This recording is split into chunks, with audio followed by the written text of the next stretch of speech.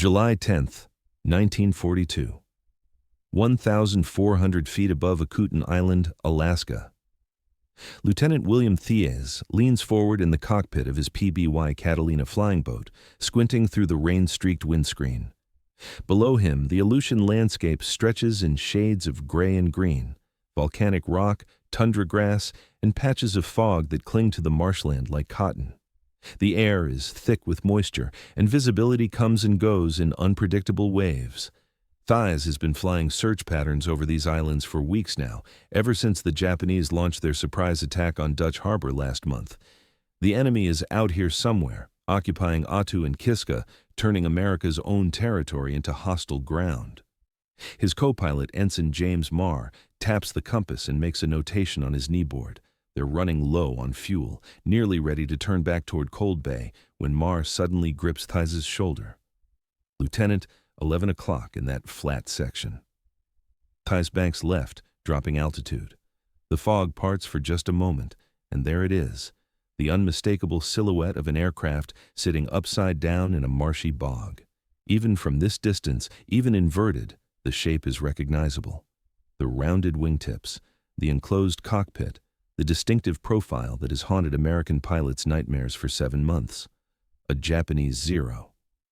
Thies circles lower, his pulse quickening. The aircraft appears remarkably intact. No fire damage, no visible explosion. The landing gear is collapsed, and the plane rests on its back like a dying insect. But the fuselage is whole. The wings are still attached. Thies has heard the stories. How these fighters carved through American formations at Pearl Harbor, how they danced through the sky with impossible agility, how pilots who engage them in turning fights don't come home, and now one sits below him, abandoned in the Alaskan wilderness. "Mark the coordinates," Thies orders. "We need to get word back immediately." Marr is already on the radio, his voice crackling through to the base at Cold Bay. The message is brief but electric. Japanese Zero fighter discovered, appears intact, location Akutan Island, coordinates to follow. What neither man knows yet is that they're looking at the most valuable piece of enemy equipment that will fall into American hands during the entire Pacific War.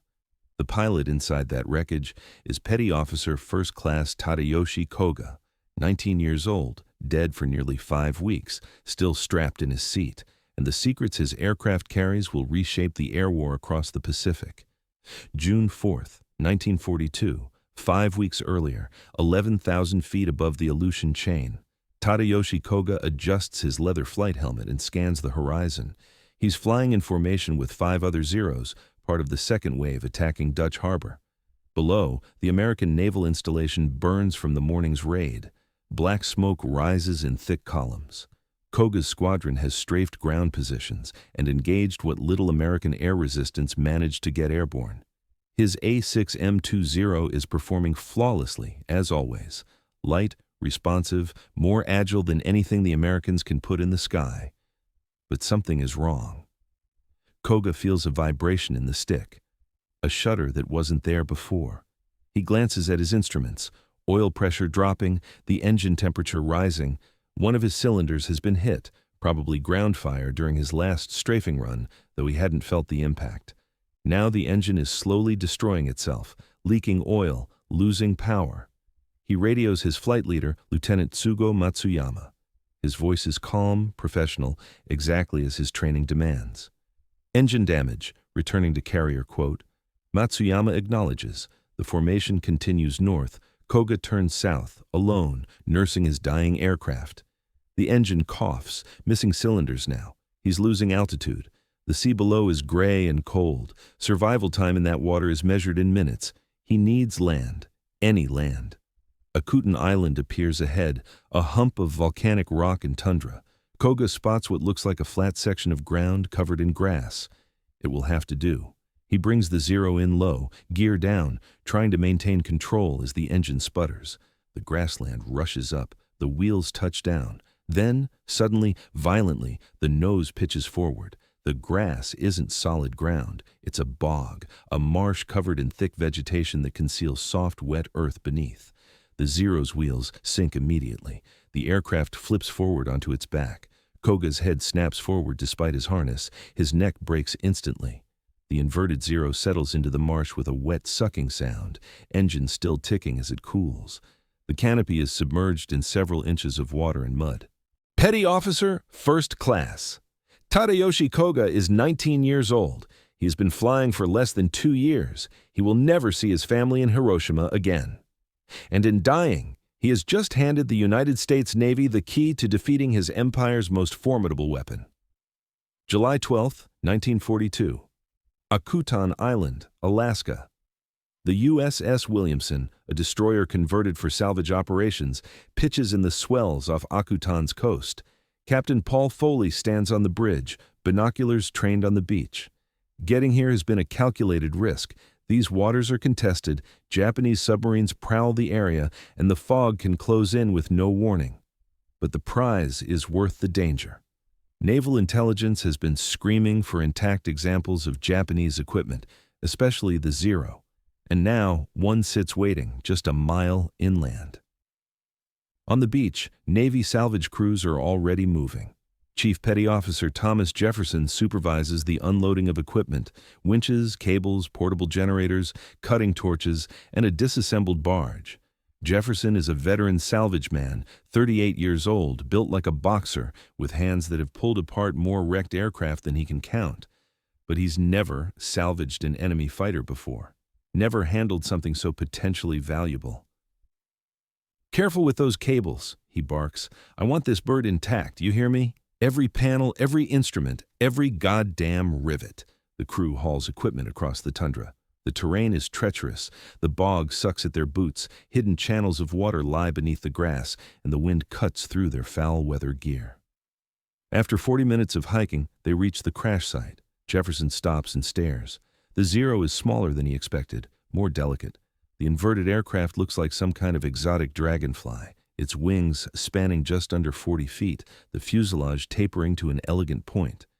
Even upside down and half-sunk in mud, there's something beautiful about it, something that speaks to countless hours of engineering refinement. But there's also death here. The canopy is partially submerged, and through the murky water, Jefferson can see the pilot, still strapped in his seat, head at an unnatural angle. The body has been in the cold Alaskan environment for 5 weeks. Jefferson crosses himself, a reflex from his Catholic childhood, then gets to work. "Morris and Kelly, I need you two to extract the pilot. Full care, full dignity. Bag him proper. He's going home for burial." The two sailors nod and wade into the marsh. It's grim work, but they do it respectfully. Whatever else this man was, he was a warrior. They cut the harness straps, ease the body from the cockpit, seal it in a rubberized bag. They find his personal effects: a photograph of a young woman, perhaps a sister or sweetheart, a letter written in Japanese characters, a small silk prayer cloth. These go into a separate bag. Intelligence will want to see them, but they'll be returned eventually, sent through neutral channels, reunited with a family that has probably already received the telegram reporting their son missing in action. With the cockpit cleared, the real work begins. The salvage crew spends the next 6 hours digging around the Zero, placing cables, rigging the winches. They work with painstaking care. Every time they hear an aircraft engine in the distance, they freeze, waiting to see if it's friendly or enemy. The Williamson's guns stay manned, ready to provide covering fire if Japanese bombers appear. Finally, as the afternoon light begins to fade, Jefferson gives the signal. The winches engage, cables go taut. With agonizing slowness, the Zero rises from the bog, water and mud streaming from its surfaces. The crews guide it onto wooden rollers, then begin the arduous process of hauling it across the tundra toward the beach. It takes 3 days. 3 days of backbreaking labor, of inch-by-inch progress, of near misses when cables slip or the aircraft threatens to tip. They work through fog and rain, through exhaustion and cold that seeps into their bones. But on July 15th, they finally maneuver the Zero onto the barge. The Williamson takes it in tow, and the destroyer turns south, heading for Dutch Harbor. In the wardroom that night, Jefferson allows himself 1 drink of bourbon from the captain's private stock. "Strangest salvage job I've ever done," he says. "Felt like stealing." Captain Foley refills the chief's glass. "We're not stealing, Chief. We're learning, and what we learn is going to save American lives. Neither man realizes yet just how true that statement will prove to be. July 20th, 1942. Dutch Harbor, Alaska. The Zero arrives at Dutch Harbor strapped to the deck of a transport ship, covered in tarps and surrounded by armed guards. Commander James S. Russell, Naval Intelligence, boards the ship within an hour of its arrival. He's 42, a career officer with a background in aeronautical engineering, and he's been waiting for this moment since December 7th. Russell lifts the tarp and simply stares. He's seen photographs, gun camera footage, artist renderings based on pilot descriptions. But seeing the real thing is different. The Zero is a masterpiece of minimalist engineering. Every line serves a purpose. There's no wasted weight, no unnecessary complexity. Even damaged and mud-stained, it radiates efficiency. "Get it crated," Russell orders. "I want it on a ship to San Diego within 48 hours. Top priority, top secret, and I want guards on it every second until it reaches Naval Air Station North Island." The Zero is disassembled with surgical precision. Wings removed, engine separated, every piece photographed, cataloged, wrapped in protective material. The crating alone takes a team of specialists working around the clock. When they're finished, the wooden crates bear no markings except serial numbers that mean nothing to anyone without the proper code books. The crates board the SS Dolaroff, a transport vessel bound for Seattle with a load of wounded soldiers and routine cargo. The Zero travels in the hold, anonymous, surrounded by crates of spare parts and medical supplies. Only the ship's captain knows what's really down there, and he's under orders to destroy the cargo and scuttle his ship if capture appears imminent. The voyage takes 6 days. 6 days of sailing through submarine-infested waters, of zigzagging courses and blacked-out nights, of every man aboard wondering if a Japanese torpedo is racing toward them through the dark. The Delaroff makes it through. On July 26th, she docks in Seattle. The crates are immediately transferred to a train under military escort. The train travels south through Oregon and California, always at night, always surrounded by security. When it reaches San Diego on July 28th, a team of Navy engineers is waiting at the North Island Naval Air Station. Lieutenant Commander Eddie R. Sanders is among them. Sanders is 34, a test pilot with over 2,000 hours in everything from trainers to experimental prototypes. He has a reputation for being able to fly anything with wings and for writing brutally honest evaluations that have killed more than one promising aircraft design. He's been briefed on the Zero's reputation, how it outturns everything, how it climbs like a rocket, how American pilots are being slaughtered by it in the Pacific. He watches as the crates are unloaded and transported to Hangar 7, a secure facility surrounded by extra fencing and patrolled by Marines with orders to shoot unauthorized personnel on sight. Inside the hangar, the reconstruction begins. Navy engineers work 18-hour days. They lay out every piece, photograph it from multiple angles, take precise measurements. They analyze the aluminum alloys, the construction techniques, the quality of welds and rivets. They carefully reassemble the wings, reattach the engine, restore the control surfaces. And as they work, the discoveries begin. August 3rd, 1942. Hangar 7, Naval Air Station North Island, San Diego. Lieutenant David Porter presses his fingertips against the Zero's fuselage and feels it flex slightly. He's a materials specialist, trained at MIT, assigned to analyze the structural composition of captured enemy equipment. For the past 3 days, he's been examining every square inch of this aircraft, and what he's found has left him increasingly disturbed. "Commander Sanders," he calls out, "you need to see this." Sanders walks over, wiping grease from his hands. He's been helping the mechanics reinstall the engine, fascinated by its elegant simplicity. A 14-cylinder Nakajima Sakai radial that produces 940 horsepower while weighing barely 1,200 pounds. American engineers are impressed despite themselves. It's a work of art. Porter taps the fuselage. "Notice anything unusual?" Sanders studies the metal. "It's thin. Very thin. Thinner than thin, sir." This aluminum is gauge we'd use for non-structural fairings, cosmetic pieces. But the Japanese are using it for primary structure. Porter produces a small gauge and demonstrates. An American fighter's fuselage skin runs between 0.040 and 0.050 inches thick in most places.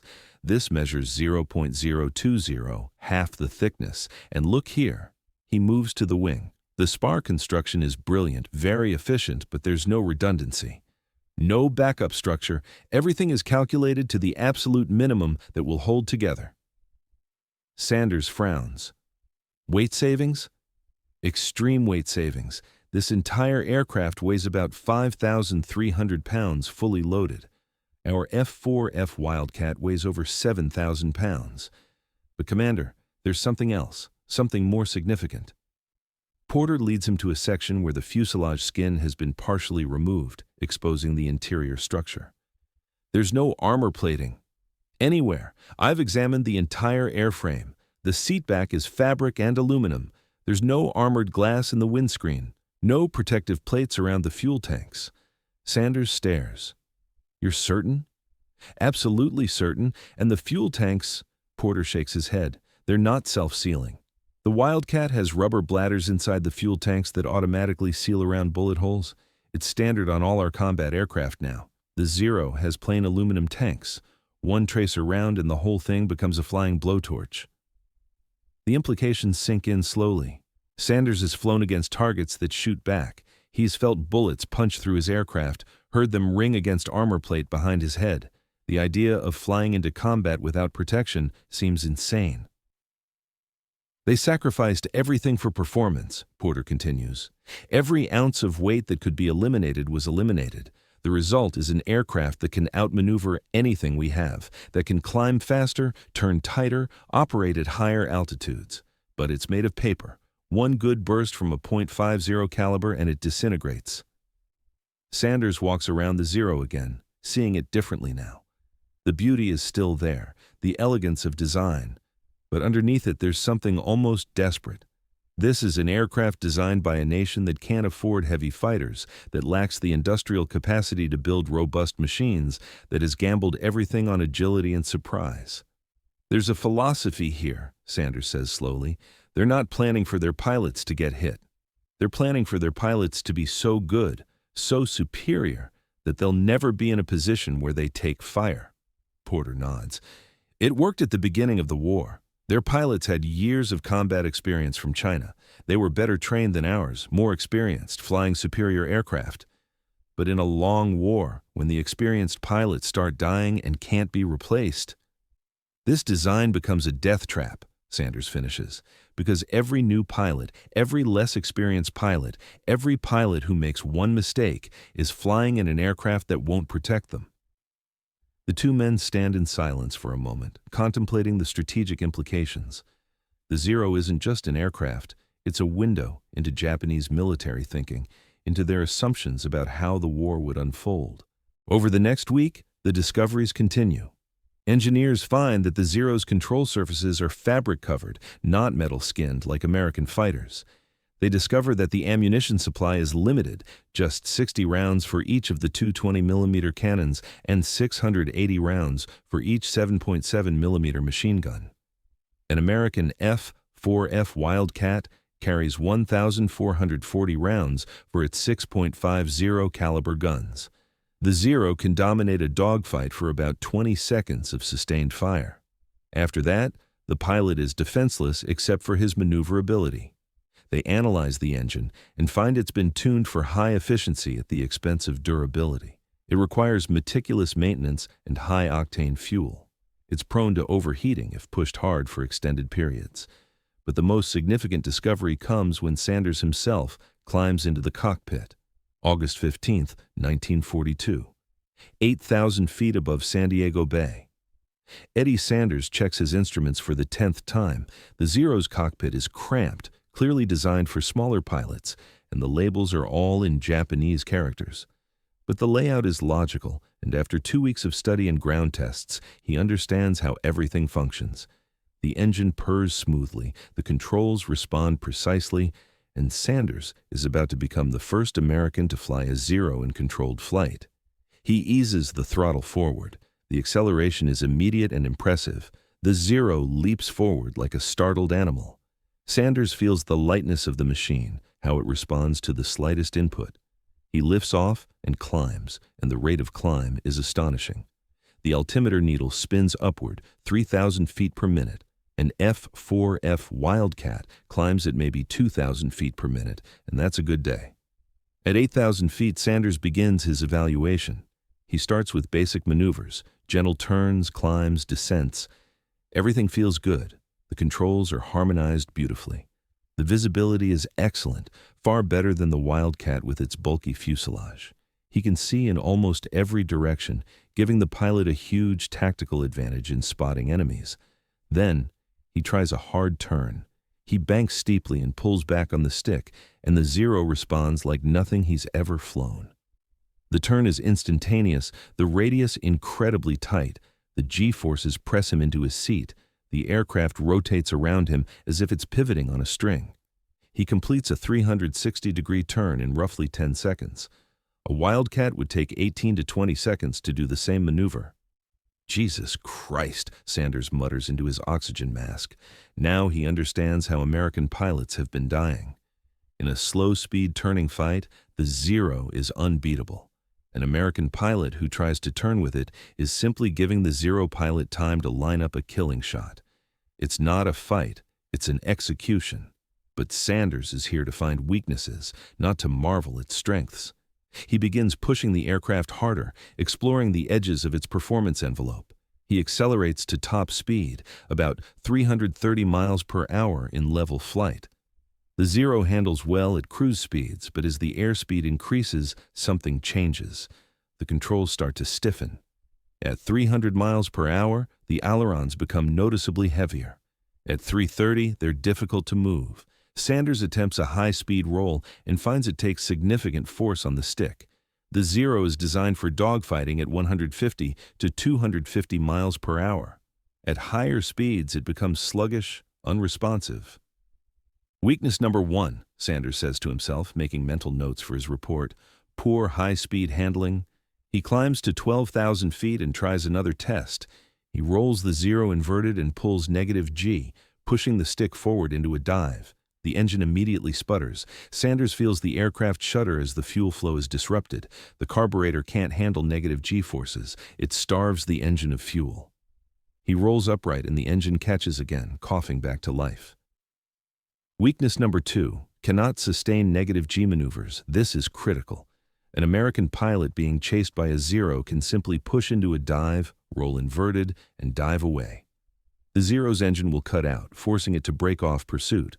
It's a perfect escape maneuver. Sanders spends 2 more hours in the air, testing every aspect of the aircraft's performance. He discovers that the fabric-covered control surfaces flutter at high speeds. He finds that the aircraft's roll rate, while good at low speeds, degrades significantly above 250 miles per hour. He confirms that the Zero has no armor and imagines what a burst of .50 caliber fire would do to its thin skin. When he lands, a crowd of engineers and intelligence officers is waiting. Sanders climbs out of the cockpit, removes his leather flight helmet, and lights a cigarette with shaking hands. The adrenaline is still coursing through him. "Well?" Commander Russell asks. Sanders takes a long drag on his cigarette. "It's the most maneuverable aircraft I've ever flown, bar none. In a slow-speed dogfight, nothing we have can touch it, but..." He pauses, letting the word hang in the air. "It has critical weaknesses we can exploit." Over the next 3 hours, Sanders delivers a comprehensive briefing. He explains the high-speed handling deficiencies, the -G fuel starvation, the poor roll rate at high speeds, the lack of armor, the limited ammunition. He describes specific tactics that American pilots can use to survive and win engagements with Zeros. "Don't try to turn with it," Sanders emphasizes, "ever. If a Zero gets on your tail in a turning fight, you're dead. But if you keep your speed up, use hit-and-run tactics, use vertical maneuvers and boom and zoom attacks, you can beat it.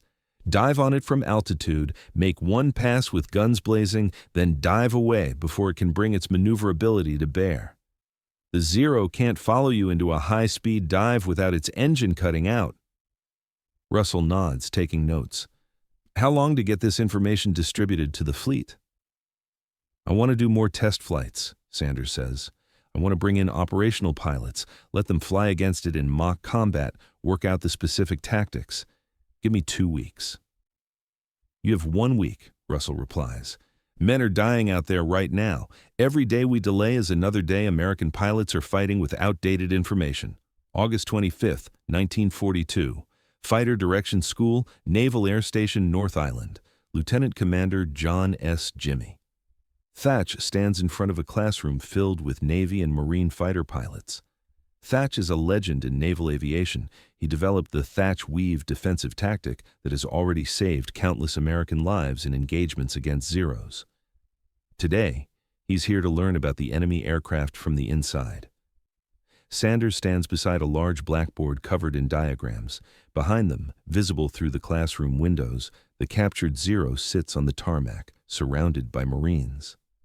Gentlemen, Sanders begins, everything you're about to hear is classified top secret. The information in this briefing is the result of extensive flight testing of a captured enemy aircraft. What you learn here will give you a decisive advantage in combat. But if any of this information falls into enemy hands, if the Japanese learn that we have a Zero and understand its weaknesses, they'll modify their tactics and aircraft accordingly. So this information doesn't leave this room except in official reports. Clear? A chorus of acknowledgments. Sanders launches into the briefing. He explains the Zero's performance characteristics in detail, the extraordinary maneuverability, the excellent climb rate, the good visibility. The pilots nod. They've seen these capabilities firsthand, usually while watching friends die. Then, Sanders shifts to the weaknesses. The Zero cannot perform sustained negative G maneuvers. The carburetor is a float type that cannot handle inverted flight. If a Zero gets on your tail, don't try to turn. Instead, push forward into a steep dive, roll inverted if necessary, and dive away at full throttle. The Zero's engine will cut out. He cannot follow. By the time his engine catches again, you'll have opened enough distance to escape or reverse the engagement. He moves to another diagram. The Zero's ailerons stiffen significantly above 300 miles per hour. It cannot roll effectively at high speeds. This means boom and zoom attacks are ideal. Approach from above with an altitude and speed advantage. Dive through the enemy formation, fire a burst, then zoom back up using your excess speed. The Zeros cannot follow you vertically at high speeds. They'll try to turn and climb, but that's slow. You'll be at altitude again before they can threaten you. A pilot raises his hand.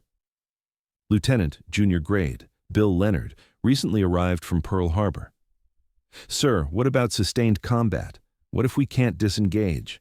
If you must engage in sustained combat, force the fight to high speeds. Keep your airspeed above 300 miles per hour. At those speeds, the Zero becomes difficult to control. Your Wildcat's controls remain effective. You won't be able to turn with him. Don't even try.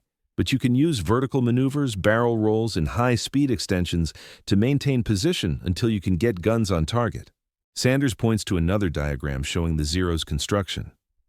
The aircraft has no armor plating and no self-sealing fuel tanks.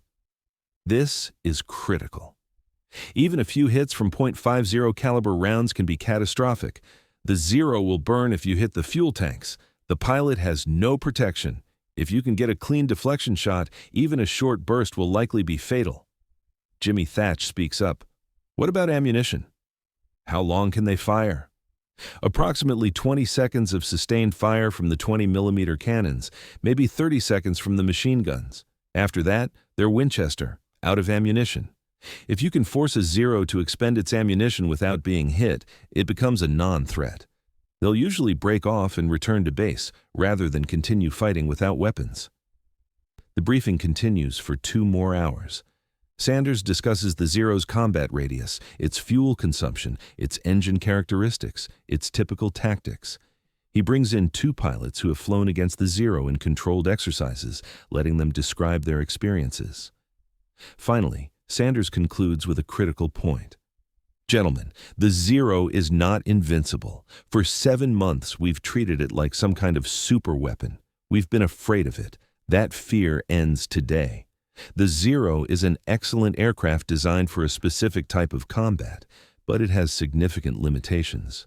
If you fight on your terms, using your aircraft strengths, you can beat it. You will beat it. The pilots file out of the briefing room with a different attitude than they came in with. The fear is still there. Combat is always terrifying, but now it's mixed with something else: knowledge, understanding, hope. Over the next 3 weeks, similar briefings occur at fighter bases across the Pacific. The information is distributed in classified tactical bulletins. Typewritten pages marked "secret" circulate through ready rooms and squadron offices. Pilots study them, discuss them, practice the tactics in training flights. The intelligence from one crashed Zero is about to change the entire character of the air war in the Pacific. November 12, 1942, 18,000 feet above Guadalcanal, Solomon Islands. Ensign James E. Swope banks his F-4 Wildcat and scans the sky. He's part of a combat air patrol covering marine positions on Guadalcanal, and intelligence reports indicate Japanese bombers are inbound with Zero escorts. Swope is 22 years old, flying his 8th combat mission. 3 months ago, the thought of facing Zeros filled him with dread. Today, he's eager. "Bogies, 2 o'clock high." The call crackles over the radio. Swope looks up and spots them, 6 Zeros, maybe 2,000 feet above, circling protectively above a formation of Betty bombers. His section leader, Lieutenant Marcus Holt, immediately begins climbing, positioning the Wildcat flight for an attack from above. This is exactly what the briefings taught. Altitude advantage, speed advantage, don't get into a turning fight. All aircraft will make one pass and extend. Do not repeat. Do not try to dogfight. Boom and zoom only. Swope confirms with a double click on his radio. His heart is pounding, but his hands are steady. He's been trained for this. He knows the Zero's weaknesses. He knows how to exploit them. The Wildcat formation dives. Swope picks out a Zero that has drifted slightly away from the others. He lines up, leading the target, waiting for the range to close. His Wildcat accelerates in the dive, 300 miles per hour, 320, 340. The Zero appears in his gun sight, growing larger. At 500 yards, Swope opens fire. 6.50 caliber machine guns hammer, tracers arcing through the air. He walks the burst onto target, sees strikes on the Zero's wing and fuselage. The Japanese aircraft shudders, smoke trails from the engine cowling. Then, Swope is past, diving through the formation, pulling back on the stick to convert speed into altitude. Behind him, the Zero he hit is spinning, trailing black smoke. The pilot bails out, his parachute blossoming white against the blue sky. Swope's kill, his first. The other Wildcats execute the same tactic: dive, fire, extend. One Zero explodes in midair. Someone hit the unprotected fuel tanks. Another breaks formation, its engine sputtering, trailing smoke. The Japanese formation scatters, the elegant coordination dissolving into chaos. The Wildcats zoom back up to altitude, using their excess speed, exactly as briefed.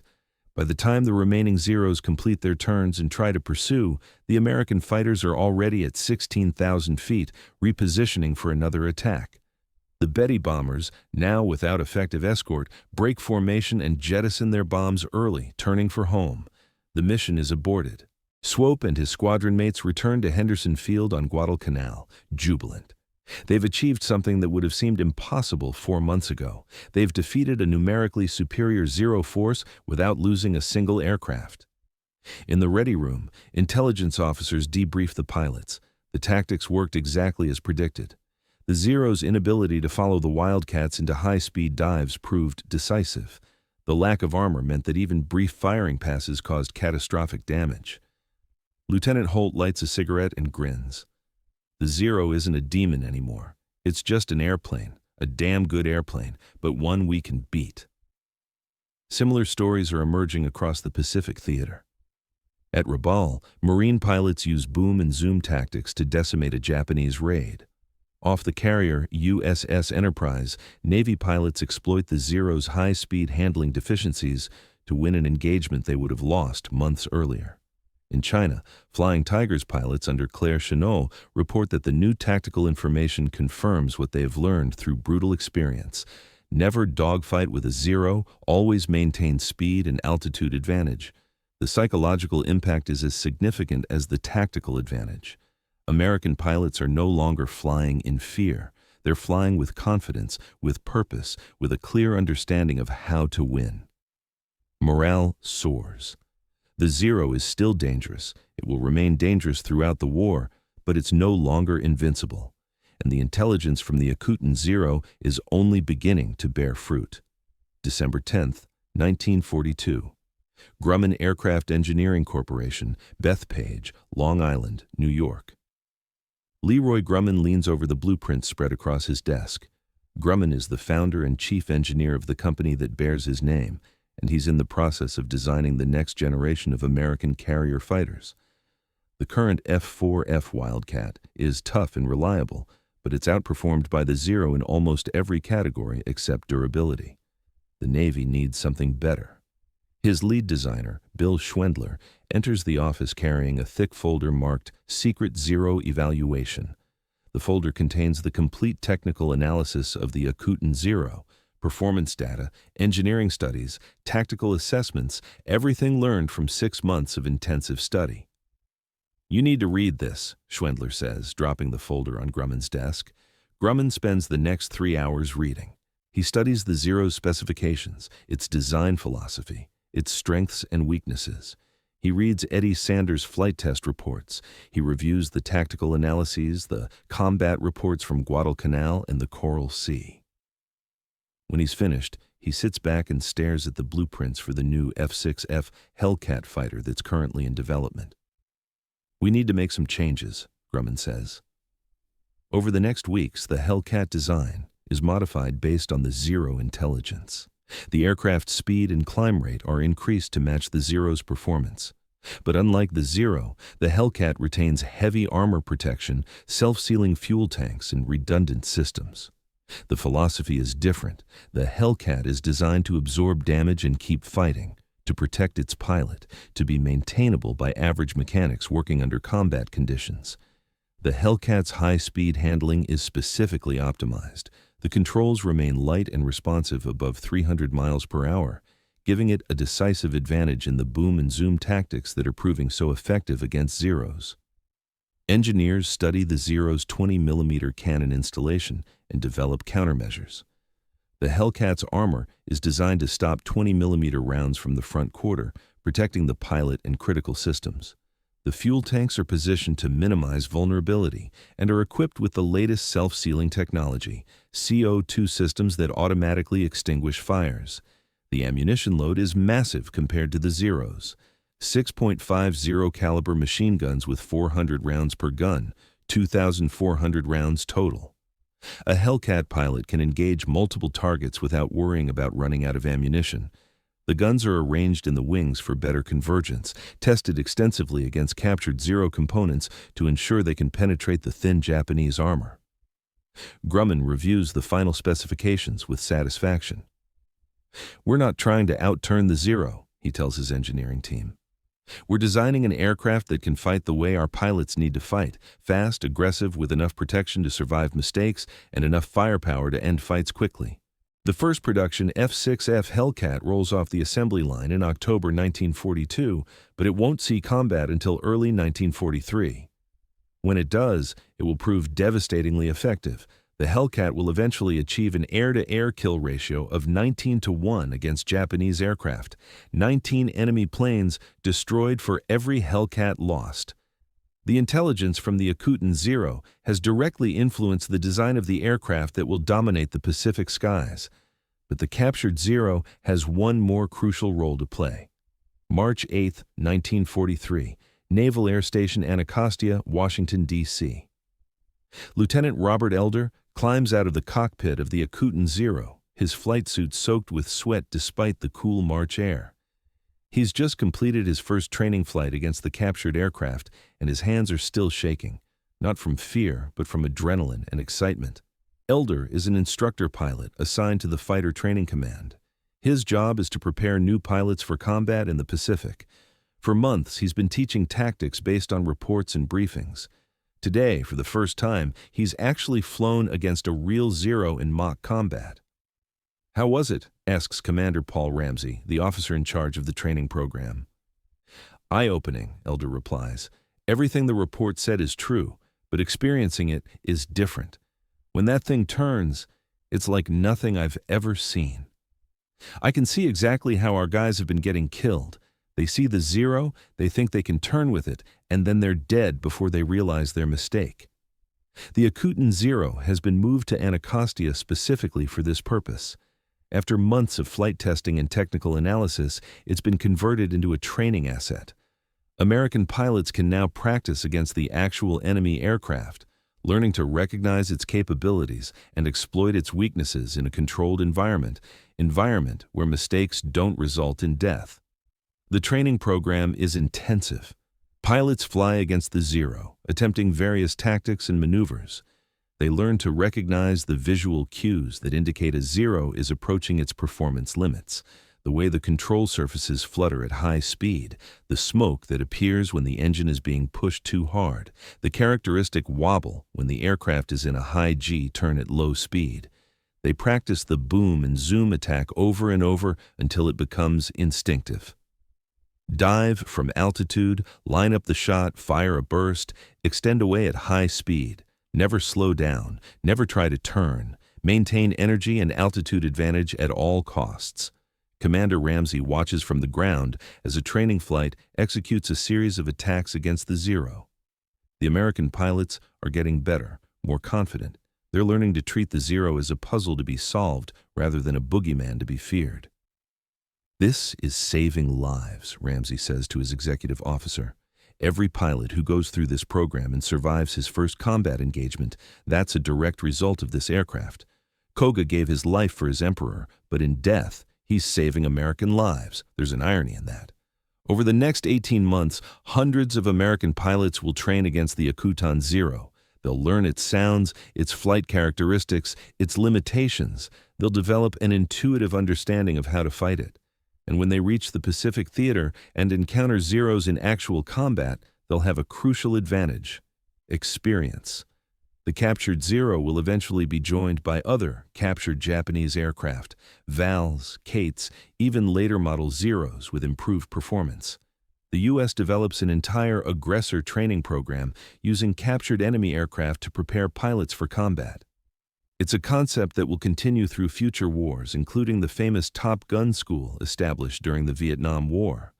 But it all begins here, with Tadayoshi Koga's Zero, recovered from an Alaskan marsh and turned into the most valuable training aid in the American arsenal. June 19, 1944. 800 miles east of the Philippines, the first battle of the Philippine Sea. The largest carrier battle of the Pacific War is underway. 9 American aircraft carriers launch wave after wave of fighters to intercept a massive Japanese airstrike, over 400 aircraft, including more than 200 Zeros. The Japanese call it Operation Ogo. The Americans will call it the Great Marianas Turkey Shoot. Lieutenant Alexander Vreshu, flying an F-6F Hellcat from the USS Lexington, spots a formation of Japanese dive bombers escorted by Zeros. He dives to attack, his Hellcat accelerating smoothly past 350 miles per hour. The Zero escorts attempt to intercept, but their controls are too heavy at this speed. They can't maneuver effectively to block his attack. Vreshu shoots down 6 Japanese aircraft in 8 minutes.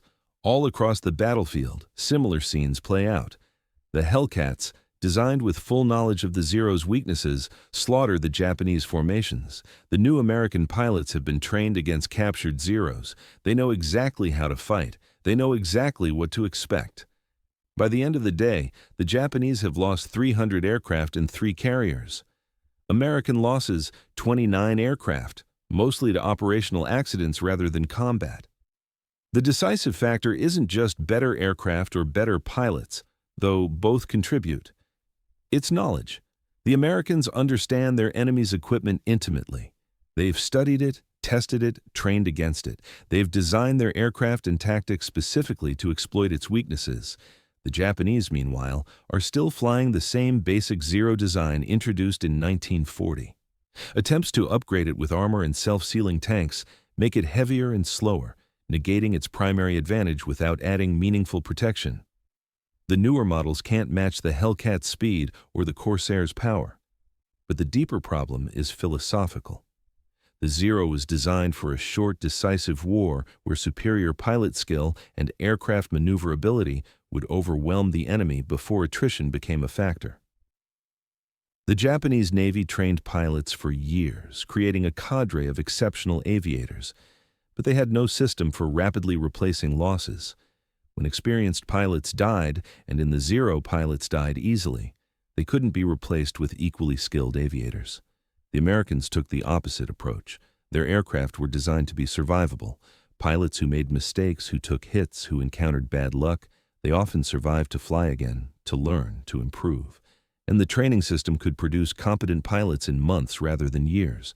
The quality might be lower initially, but quantity has a quality all its own, and American pilots learned quickly when they survived their early combat experiences. Tadayoshi Koga's Zero revealed this fundamental asymmetry in strategic thinking. The aircraft's lack of protection wasn't a design flaw. It was a deliberate choice based on assumptions about how the war would unfold. Those assumptions proved catastrophically wrong. September 2, 1945, Tokyo Bay, aboard USS Missouri. The war is over. Japan surrenders. 16 million are dead. Cities lie in ruins. The world enters the atomic age. At Naval Air Station Anacostia, the captured Akutan Zero rests quietly. Once feared in battle, it now bears American markings used for training and study. Commander Eddie Sanders, now captain, visits it one last time before retirement. He runs his hand along the fuselage, remembering his first test flight. "Hard to believe how much history came from one crashed plane," he says. "Did it really change the war?" asks a young ensign. "Maybe not change," Sanders replies, "but it saved lives. We'd have learned the Zero's weaknesses eventually, but at a terrible cost. This one taught us for free." The ensign asks about the pilot. "Tadayoshi Koga, 19, killed instantly when he tried to land on a marsh, buried with honors. He died doing his duty." Like so many others, Sanders peers into the cockpit, imagining Koga's final moments. He never knew that his plane would betray Japan's secrets, that his death would save enemy lives. When asked if Koga would have done anything differently, Sanders shakes his head. He was a warrior. The outcome was beyond him. The Zero taught Sanders more than tactics. "Engineering reflects culture," he says. "The Japanese prized agility and spirit. We valued protection and endurance. In a long war of attrition, our philosophy won." Eventually, the Akutan Zero is damaged during transport and scrapped, yet its legacy endures. The intelligence it provided shaped American aircraft design, tactics, and morale, shortening the Pacific Air War and saving countless lives. The Zero story reveals deeper truths about war and culture. Japan's design, fast but fragile, fit a short war fought by elite pilots.